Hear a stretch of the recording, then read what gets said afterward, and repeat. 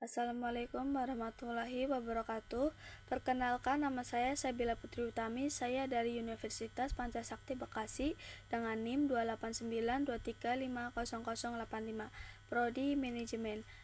Di sini saya akan mempresentasikan tentang tugas UAS pengantar ekonomi makro dengan dosen pengampu Bapak Hendra Permadi STMM. Definisi dan ciri-ciri uang berdasarkan kepada ciri-ciri kegiatan perdagangan yang dijalankan dalam berbagai masyarakat masa lalu pada masa kini, yaitu perekonomian dapat dibedakan kepada perekonomian barter dan perekonomian uang. Yang diartikan dengan perekonomian barter adalah suatu sistem kegiatan ekonomi masyarakat di mana kegiatan produksi dan perdagangan masih sangat sederhana. Kegiatan tukar-menukar masih terbatas dan jual beli dilakukan secara pertukaran barang dengan barang atau barter. Yang diartikan dengan perekonomian uang adalah perekonomian yang sudah menggunakan uang sebagai alat pertukaran dalam kegiatan perdagangan suatu negara di dunia, yang sudah dapat digolongkan sebagai perekonomian uang. Kebanyakan perdagangan dilakukan dengan menggunakan uang. Semakin modern suatu negara, semakin penting peran uang di dalamnya dan menggalakkan kegiatan perdagangan. Beberapa kelemahan perdagangan barter. Semenjak berabad-abad yang lalu, masyarakat telah menyadari bahwa uang sangat penting peranannya dalam melancarkan kegiatan perdagangan. Tanpa uang, kegiatan perdagangan menjadi sangat terbatas dan pengkhususan tidak dapat berkembang. Keadaan seperti ini akan membatasi perkembangan ekonomi yang dapat dicapai. Peranan uang yang sangat penting ini dapat dengan nyata dilihat dari memperhatikan masalah-masalah yang akan dihadapi. Apabila perdagangan dijalankan secara barter, uraian di bawah akan menerangkan bentuk-bentuk masalah yang dihadapi dalam perdagangan secara barter. Perekonomian barter memerlukan kehendak ganda yang selaras. Yang dimaksudkan dengan kehendak ganda yang selaras atau double synthesis of want adalah tiap pihak yang ingin melakukan pertukaran memiliki barang yang diinginkan pihak lain dan mencari barang yang dimiliki pihak lain. Sebagai contoh, Amir ingin menukar baju yang dibuat dan dimilikinya dengan beras, dan Amir mempunyai kelebihan padi yang ditanamnya dan ingin mencari baju seperti yang dibuat Amir. Keadaan seperti itu memungkinkan berlakunya tukar-menukar atau barter. Tetapi keadaan seperti itu tidak selalu berlaku. Amir tidak dapat memperoleh beras apabila Amir menginginkan celana atau sepatu. Sebaliknya, Amir juga tidak dapat menukar beras dengan Amir karena Amir hanya mempunyai baju yang ditukarkan. Penentuan harga sukar yang dilakukan dalam kegiatan pertukaran dengan menggunakan uang, berbagai barang dapat dengan mudah ditentukan nilainya dengan menyatakan dalam jumlah uang yang dibutuhkan untuk memperolehnya. Harga 1 kg beras Rp2.500, harga seekor kambing Rp100.000, dan harga sehelai baju Rp20.000. Dari harga-harga tersebut dapat ditentukan perbandingan di antara satu barang dengan barang lainnya. Contoh di atas menunjukkan bahwa seekor kambing sama dengan 5 helai baju dan 40 kg beras. Dalam perekonomian barter, cara menentukan harga dengan menggunakan satuan uang tidak dapat dilakukan.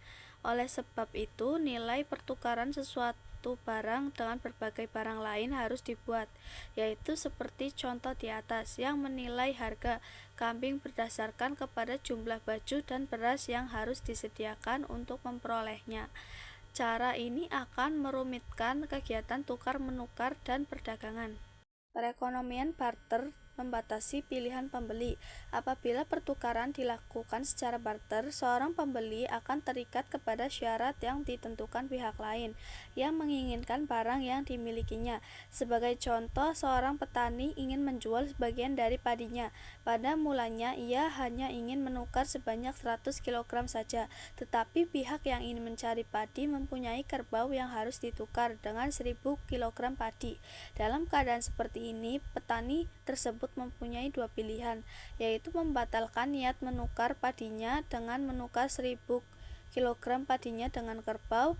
Dalam perekonomian uang, kedua keadaan itu perlu berlaku, karena petani tersebut dapat dengan mudah menjual 100 kilogram dan menerima uang dari penjualan tersebut, dan seterusnya menyimpan uang tersebut dan dapat digunakan kemudian untuk membeli barang yang diinginkannya. Menyulitkan pembayaran tertunda. Dalam perekonomian, uang penjualan secara kredit yaitu penjualan dengan pembayaran di masa kemudian dapat dengan mudah dilakukan. Perjanjian dapat dengan mudah dibuat yaitu nilai kredit dapat dinyatakan dalam mata uang yang digunakan.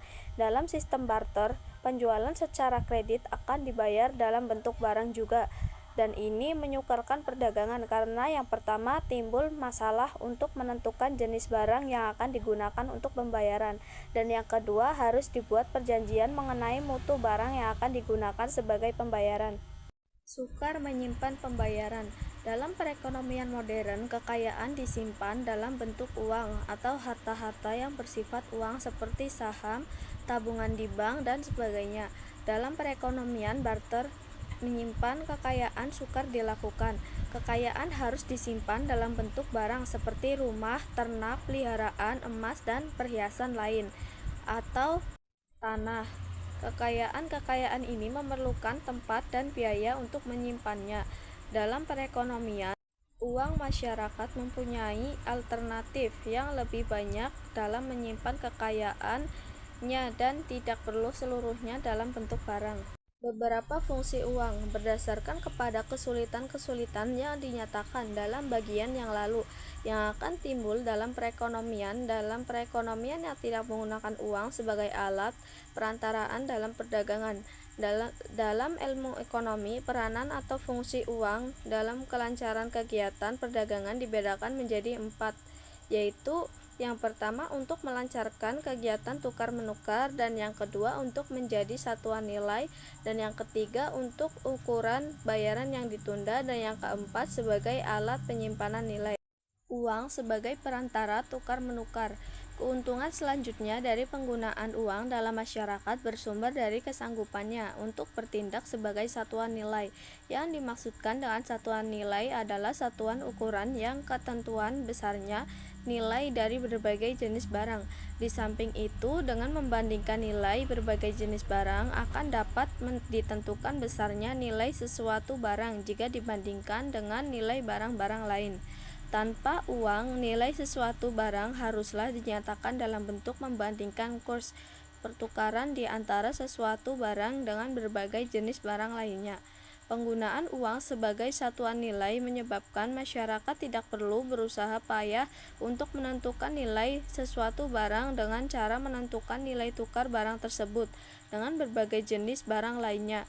Dengan mengetahui bahwa harga sepatu adalah Rp50.000 sepasang, dengan baju Rp25.000 sehelai, dan beras Rp2.500 sekilo, dengan mudah telah dapat diketahui perbandingan nilai dari barang-barang tersebut.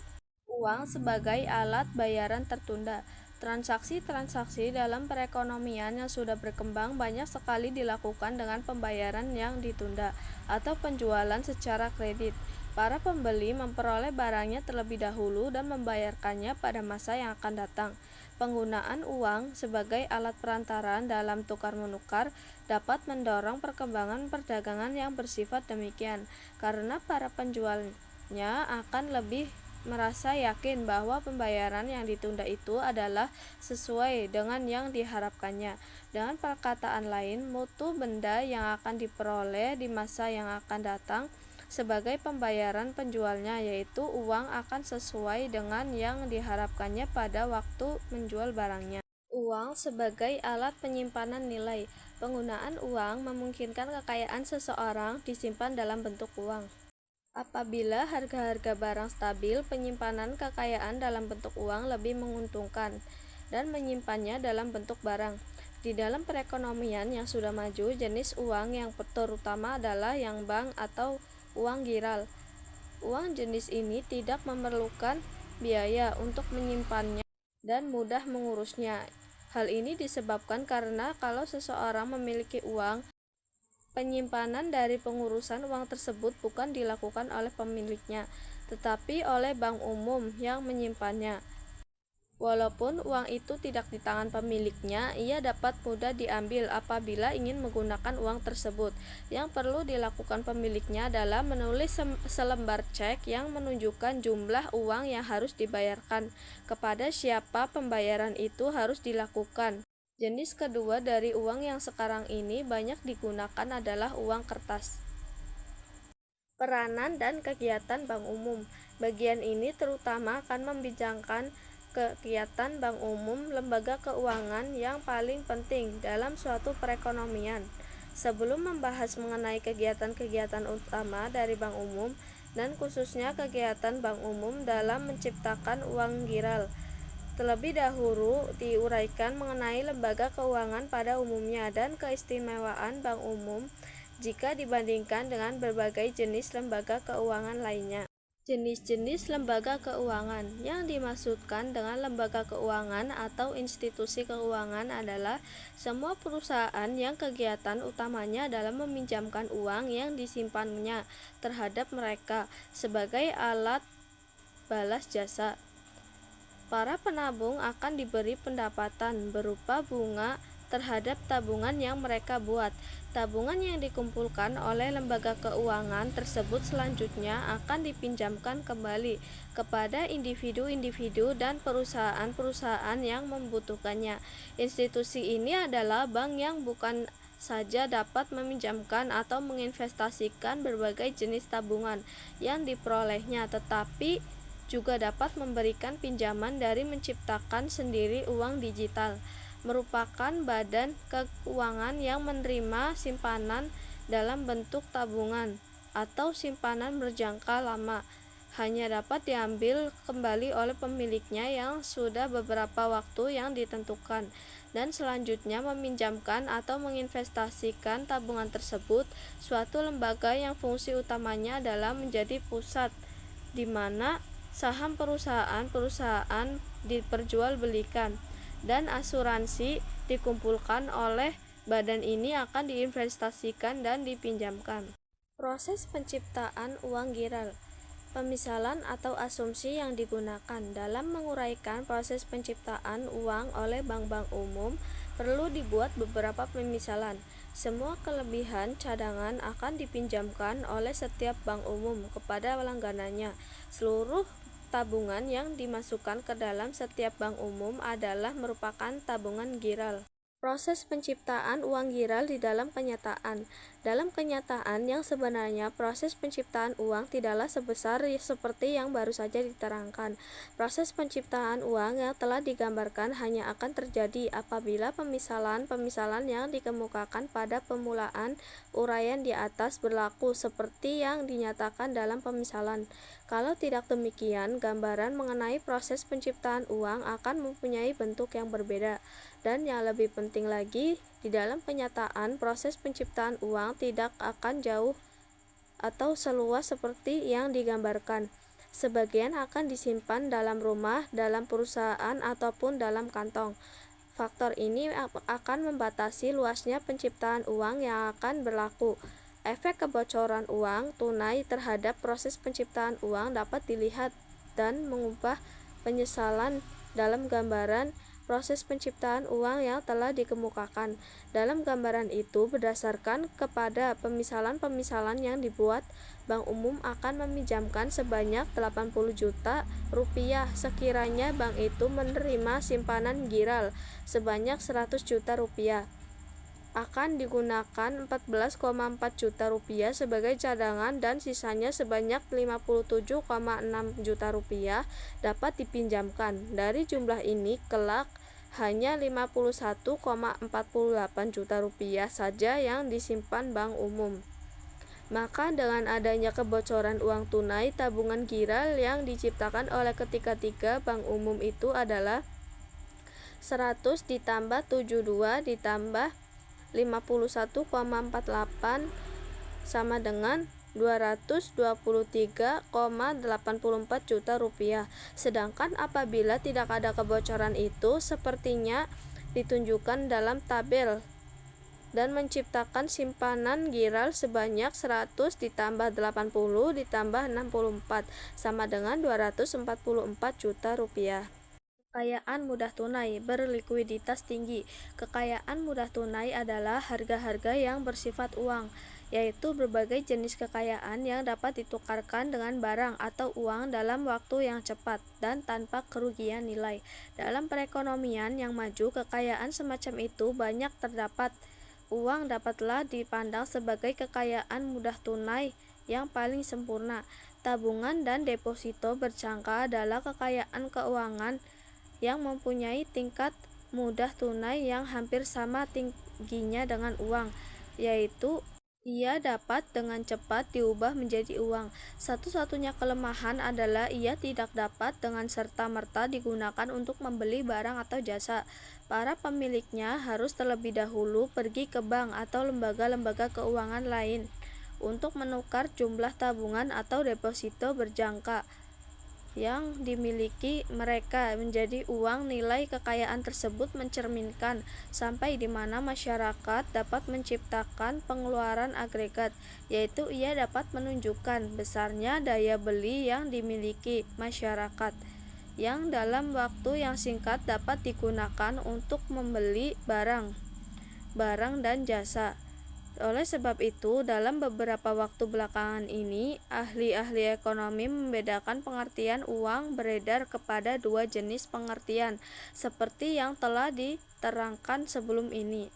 Perkembangan bank sentral. Seperti telah disinggung dalam uraian sebelum ini, bank sentral merupakan institusi keuangan yang didirikan dan diberi tugas untuk mengawasi dan mengatur kegiatan institusi keuangan lain sistem finansial.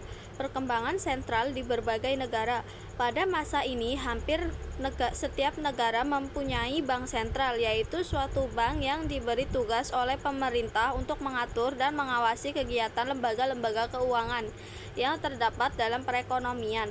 Berdasarkan kepada fungsi yang harus dilaksanakannya, bank sentral dapatlah didefinisikan sebagai suatu lembaga keuangan yang pada umumnya dimiliki pemerintah yang diserahi tanggung jawab untuk mengatur dan mengawasi kestabilan kegiatan lembaga-lembaga keuangan dan untuk menjamin agar kegiatan lembaga-lembaga keuangan itu akan membantu menciptakan tingkat kegiatan ekonomi yang tinggi dan stabil.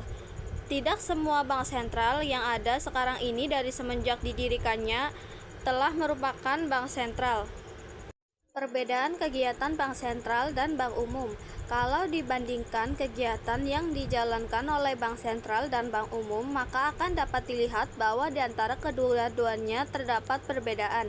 Perbedaan itu diterangkan dalam uraian berikut. Dalam perekonomian hanya terdapat satu bank sentral, sebaliknya bank umum mempunyai jumlah yang lebih banyak. Walaupun demikian, bank sentral mempunyai kemampuan yang lebih besar di dalam mempengaruhi kegiatan ekonomi jika dibandingkan dengan kemampuan yang dimiliki oleh bank umum.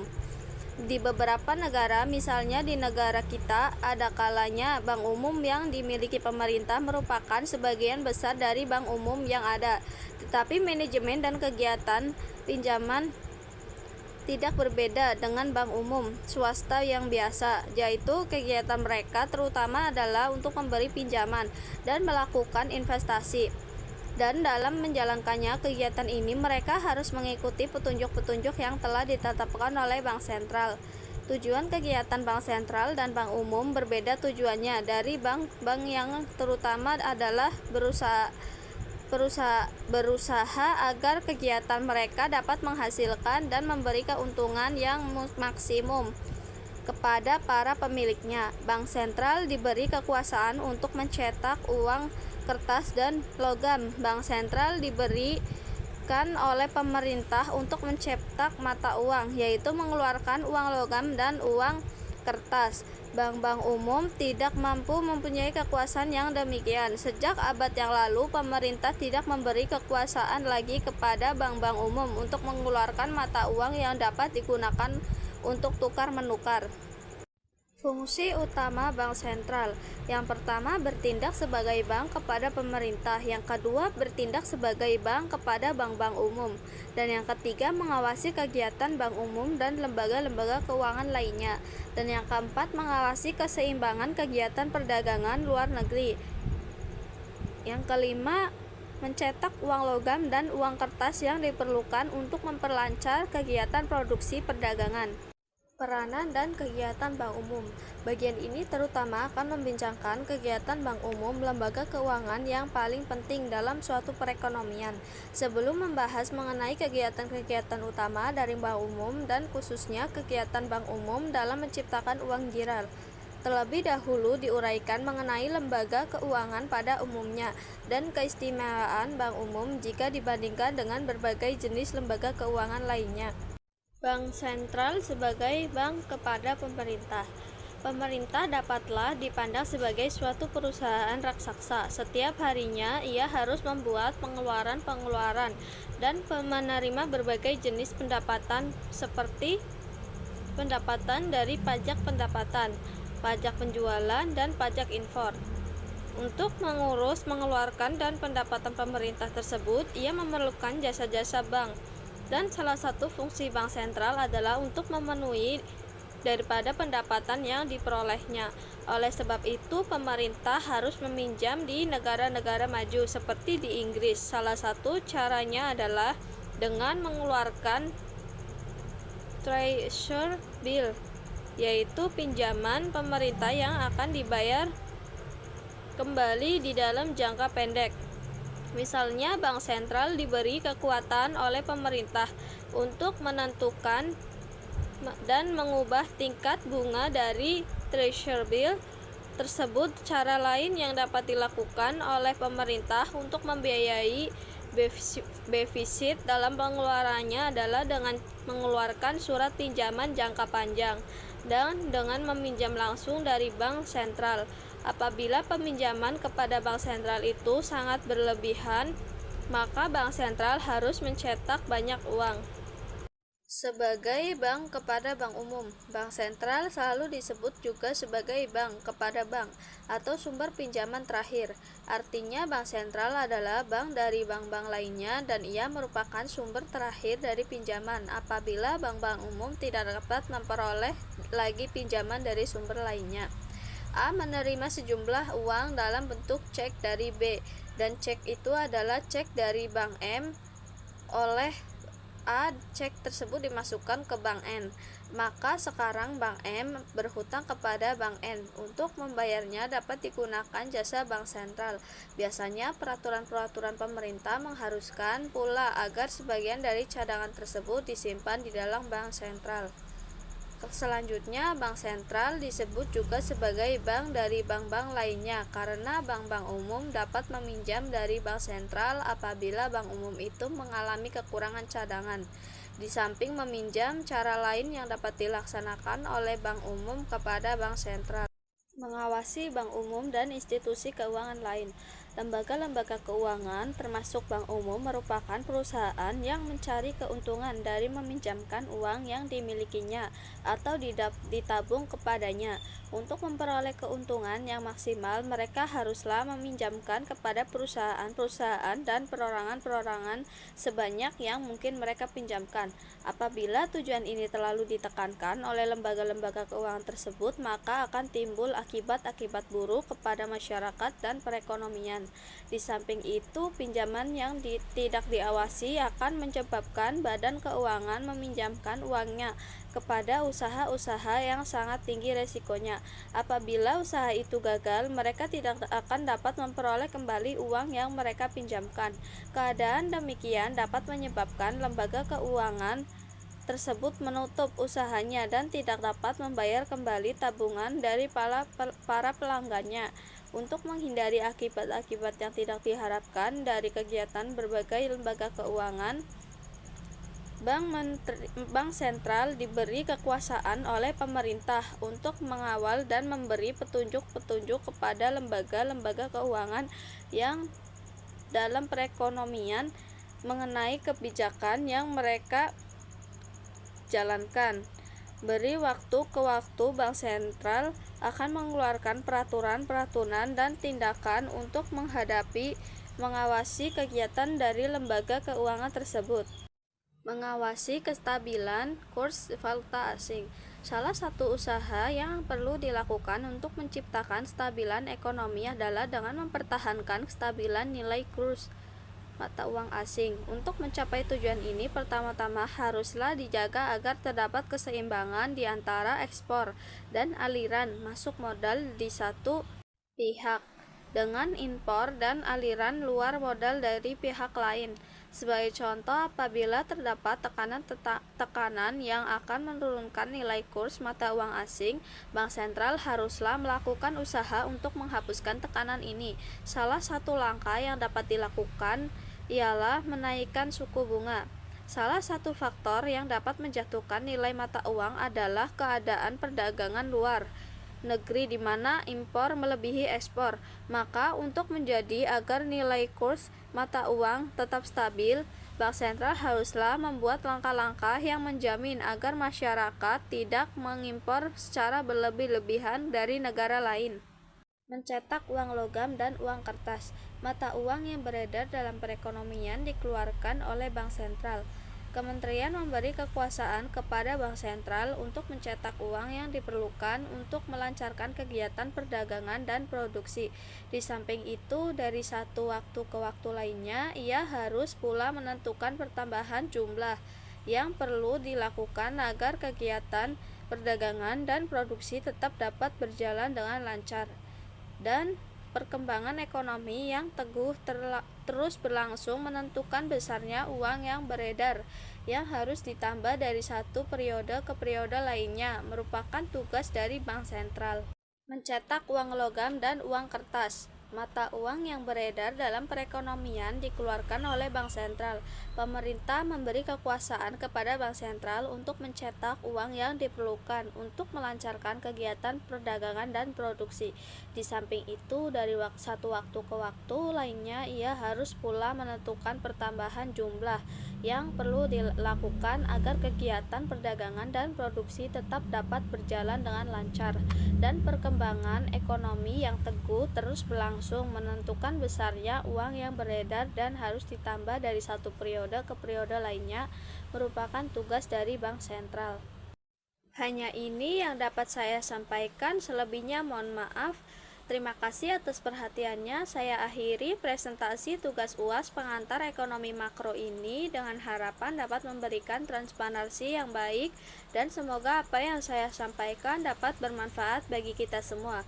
Wassalamualaikum warahmatullahi wabarakatuh.